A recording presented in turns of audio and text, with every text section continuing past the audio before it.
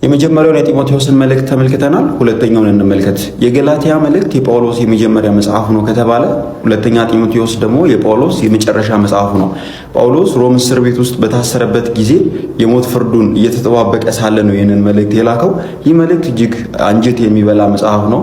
ምክንያቱም ጳውሎስ በታሰረበት ጊዜ እና ሞቱን እየተጠባበቀ ሳለ በጣም ይወደው የነበረውን ልጁን ጢሞቴዎስን በጣም ስለናፈቀውና ላዩ ስለፈለገ የላከለት መልእክት ነው።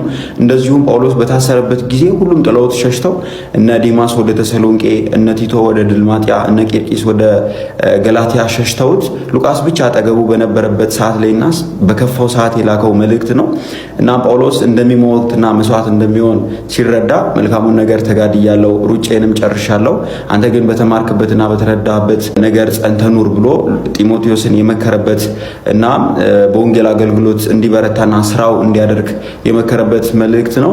በመጨረሻም ክረምቱ ከመግባቱ በፊት በርኖሱን ወይም ካባውንና የብራና መጽሐፍቶቹን እንዲያመጣለት የጠየቀበት መጽሐፍ ነው። እንደተለመደው ሐሳብ አስተያየታችሁን በኮሜንት ሴክሽን አስፍሩ። ፎሎ፣ ሼር ማድረጋችሁንም እንዳረሱ። ሐዋርያው ቅዱስ ጳውሎስ ለሰዎች ከላካቸው መልእክታት መካከል የፊሊሞና መልእክት አንደኛው ነው። ፊሊሞና በአሁኗ በቱርክ ግዛት ውስጥ በምትገኝ ቆላሲያስ በምትባል ከተማ ውስጥ ይኖር የነበረ በጣም ሀብታም የነበረ ሰው ነው። ይህን ሰው ሐዋርያው ጳውሎስ ክርስትናን እንዲቀበል አድርጎት ነበረ። ፊሊሞናም ክርስትናን ከተቀበለ በኋላ በግቢ ውስጥ ክርስቲያኖች የሚሰበሰቡበትንና ጸሎት የሚያደርጉበትን ቤተክርስቲያን ገንብቶላቸው ነበረ። ታዲያ ፊሊሞና በጣም ሀብታም እንደመሆኑ ብዙ አገልጋዮች ወይም በወቅቱ እንደሚባለው ባሪያዎች ነበሩት። ከነዚህ ባሪያዎች መካከል ደግሞ አንድ አናሲሞስ የሚባል ሰው ነበረ። ታዲያ ይህ ሰው ምን ያደርጋል? ይጠፋና ጳውሎስ ወደሚኖርበት ወደ ሮም መጥቶ ክርስትናን ከጳውሎስ ዘንድ ይማራል። ታዲያ በወቅቱ አንድ ባሪያ ከአገልጋዩ ዘንድ ሸሽቶ ቢጠፋና ቢያዝ የሞት ፍርድ ይፈረድበት ስለነበረ ጳውሎስ ፊሊሞና ለአናሲሞስ ምሕረት እንዲያደርግለትና እንዲቀበለው ከዚህ በኋላም ደግሞ ክርስትናን ስለተቀበለ እንደ ባሪያ ሳይሆን እንደ ወዳጁ እንዲመለከተው ዕዳም ካለበት ደግሞ እንደሚከፍልለት ለፊሊሞና የላከለት መልእክት ነው። ይህ መልእክት ከአዲስ ኪዳን ውስጥ አጭር ከሚባሉ መልእክታት መካከል አንደኛው ነው። እንደተለመደው ሐሳብ አስተያየታችሁን በኮሜንት ሴክሽን አስፍሩ። ፎሎ ማድረጉን እንዳረሱ። ዕውቀትም ቢያስከብር ለጊዜው፣ መልክም ቢያስከብር ለጊዜው ወረት ነው። ሀብት ቢያስከብር ለጊዜው እስኪጠፋ ጊዜ፣ ሹመትም ቢያስከብር ለጊዜው። የዚህ ዓለም ሰው ሆሆ ዋዘኛ አይደለም። ለተሾመው ሁሉ እያጨበጨበ ነው የሚኖር። ቴክስት ክፉ ቴክስት አጻፍ ምን ይላል ኢሳይያስ? አሌሎም ለለ ይጽፉ መጽሐፈ እኩየ። ክፉ መጽሐፍ ለሚጽፉ ሰዎች ወዮላቸው። ክፉ መጽሐፍ እኮ ጽፎ ማሳተም ብቻ አይደለም። ክፉ ቴክስት መጽሐፍ፣ ሰውን ርር የሚያደርግ ቴክስት መጽሐፍ፣ አትሞላጭ አሌባ ምናምን ሰው ትመስላለህ እያሉ መቼም ማያገኝ እያላችሁ በቴክስት ስትረመርሙ እያላችሁ የሰው ልብ ይሄ ኖር ነው። ብዙ ጎብኚና ጥያቄ የሌላቸው እኚህ አዛውንት በ90 ዓመታቸው ላይ ቤታቸውን ለመሸጥ ፈልገው ገዢ ሲያጠያይቁ ከአንድ ጠበቃ ጋር ተገናኙ። ይህ ጠበቃ አንድሬ ፍራንሷ ራፍሬ ይባላል እና የሴትየዋን በእድሜ መግፋት ካየ በኋላ ይህን ቤት መግዛት እንደሚፈልግ ቀርቦ አናገራቸው። ዝርዝር ጉዳዩን ማስረዳት ጀመረ። በ90 ዓመት እድሜው በስተርጅና ሌላ ቤት ፍለጋ መንከራተት የለበትም።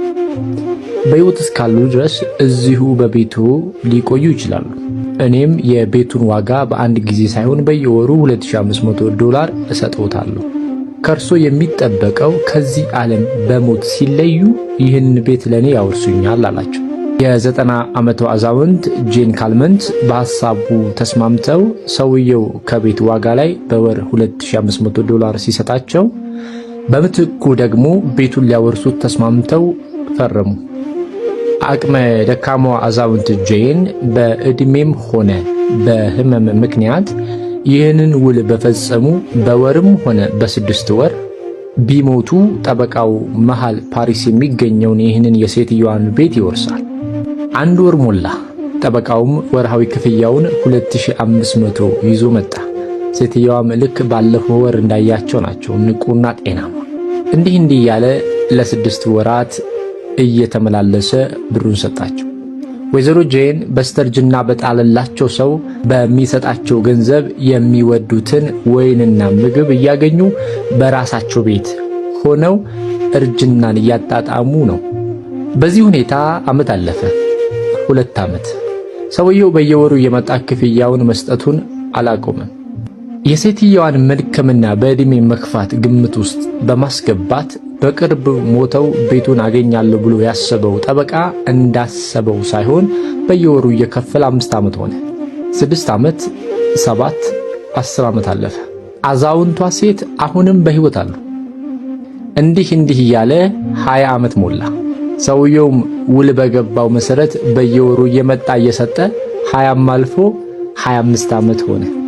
በዚህ ወቅት ግን ሰውየው ለዓመታት የከፈለው ገንዘብ ከቤቱ ዋጋ በልጦ ነበር። የ47 ዓመት ጎልማሳ ያለ ላገኛቸው የ90 ዓመት አዛውንት የቤቱን ዋጋ በአንድ ጊዜ ከመክፈል ይልቅ ያንን መሳይ ተንኮል ያለበትን ውል ሲፈርም አዛውንቷ ደክመዋልና በቅርብ ይሞታሉ በማለት ነው። ጠበቃው ያሰበው ሳይሆን ቀርቶ አዛውንቷ የ116ኛ ዓመት የልደት በዓላቸውን አከበሩ። በዛው ዓመትም ራሱ ባመጣው ሕግ ተገዶ የማያውቃቸውን አዛውንት ሲጦር የኖረው ይህ ሰው በ73 ዓመት ዕድሜው ከሴትየዋ ቀድሞ በሞት ተለየ። አስባችሁታል? የሞታችሁን ቀን የሚቆርጥ ጠላታችሁ ቀለባችሁን ሲሰፍር፣ ወጥመድ ያዘጋጀላችሁ ሰው የእናንተ ቀለብ አቅራቢ ሆኖ ሲቀር። ወዳጄ የሰውን ንብረት አትመኝ፣ በማንም ላይ ብልጥ አትሁን። ካንተ በላይ ጠቢብና ብልጥ እግዚአብሔር አለና። በተረጋገጠ የልደት ሰርተፊኬት የዓለማችን የረጅም ዕድሜ ባለቤት የሆኑት ወይዘሮ ጄን ካልመንት ከዚህ ሁሉ በኋላ እግዚአብሔር በሁለት መንገድ ነው የሚያስተምር። ወይ የጨቀጨቀውን ሰጥቶ ልክ እንዳልሆንክ ተሰብረህ ትማራለህ፣ ወይ ደግሞ ነስቶ ታግሰህ ጠብቀኸው ልክ ስታገኘው በጊዜው ኦኬ ለዚህ ነበር የከለከልከኝ ትላለና ደቤስት ወይ መማሪያው እግዚአብሔርን መጠበቅ በትዕግስት መጠበቅ ይሻላልና። ወዳጄ በመሳም የሰውን ልጅ አሳልፈህ ትሰጠዋለህን አሉ። እየሳምን የሸጥናቸው ሰዎች ብዙ ናቸው በእውነት። ለዚህ ነው ሰሎሞን ከጠላት መሳም የወዳጅ ንክሻ ይሻላል ብሎ የተነገረ። ጠላት ከሚስምህ ወዳጅ ቢነክስ ይሻላል። እና እየሸጥን መሳሳማችን እንተው። ከዛሬ ጀምሮ ቢበቃን ይሻላል። ሰውን ሽጠን አንገቱን ብንስበው፣ እጅ ብንነሳው፣ እግሩን ብንስበው ጥቅም የለው። መጀመሪያ ግን አንሽጠው ሰው። ያን ያደረግን እንደሆነ እግዚአብሔር እኛን ይታረቀናል። ጸሎት ሃይማኖት እንደው ስትቸገሩም ፍራት ሲላችሁም ሲጨንቃችሁም ብትደግሙ አሸጋ ነው ሲሆን በግዙ አጥንታችሁ ካልሆነ በአማርኛም ቢሆን ጸልዩት። መንፈስ ቅዱስ ያሸነፈበት ጸሎት ነው አይደል? ቀጥታ መንፈስ ቅዱስ አባቶቻችን እኮ ጸሎት ሃይማኖት አርዮስን ተከራክረው ረተው ጸሎት ሃይማኖትን አርቅቀው ጨርሱ አይደል? በዚህ ጸሎት አርዮስ ተወግቶ ሙቶበታል። ተወግቶ ሽንት ቤት ሊወጣ እንደሄደ ሆዱ ተዘርግፎ አንጀቱ ተጎልጉሎ ሙቶ ቀረ። አርዮስን ሆድ ዕቃውን የሰነጠቀ ቤተ ክርስቲያንን በወጀብና በአውሎ መሃል ያሻገራት ይሄ ጸሎት ነው፣ ጸሎተ ሃይማኖት። ስለዚህ ጸሎተ ሃይማኖትን ስንጸልይ አጋንንት ፈጽመው ይርቃሉ። ደጋግማችሁ ጸልዩት በቻላችሁት ሁሉ። ስራ ያጣ መነኩሴ ቆሙን ቀዶ ይሰፋል የሚባለው ዝም ብሎ አባባል እንዳይመስላችሁ፣ መጽሐፋዊ ነው። ስሟቸው እኒህን አባት ስሟቸው። አንድ የቤተ ክርስቲያን አባት ባይታዊ ነው። በዜና አበው ተጽፏልላችሁ ስትመለከቱ ታገኙታላችሁ። እና ውሃ ከጉድጓድ ቀርቶ ያመጣና ውሃውን ደፍቶ መልሶ ውሃ ሊቀዳ ይሄዳል። ያመጣና ይደፋዋል፣ መልሶ ሊያመጣ ይችላል። አባ ምን ሆነው ነው እያመጡትን ውሃ እየደፉ መልሰው ሊቀዱ የሚሄዱ ሲላቸው ከመ ኢያዕርፎ ለዘ ኢያዕርፈኒ፣ የማያሳርፈኝን ላለማሳረፍ ነው፣ ወይም እረፍት የሚነሳኝን እረፍት ለመንሳት ነው አለ ማለት። እነዚህ እረፍት የሚነሳ የተባሉ ሁለት ናቸው። አንደኛው ስጋ ነው፣ ሁለተኛው ዲያብሎስ ነው። እረፍት የሚነሳኝን እረፍት ለመንሳት ስራ ባጣ የቀዳሁትን ውሃ ደፍቼ መልሼ እቀዳለሁ አለ።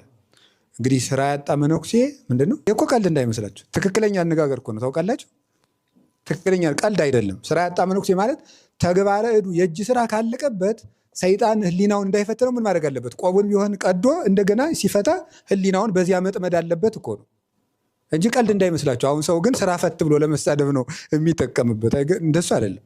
የቆላሲያስ መልእክትን እንመልከት። ቆላሲያስ በአሁኗ የቱርክ ግዛት ውስጥ የምትገኝ አነስተኛ ከተማ ነበረች።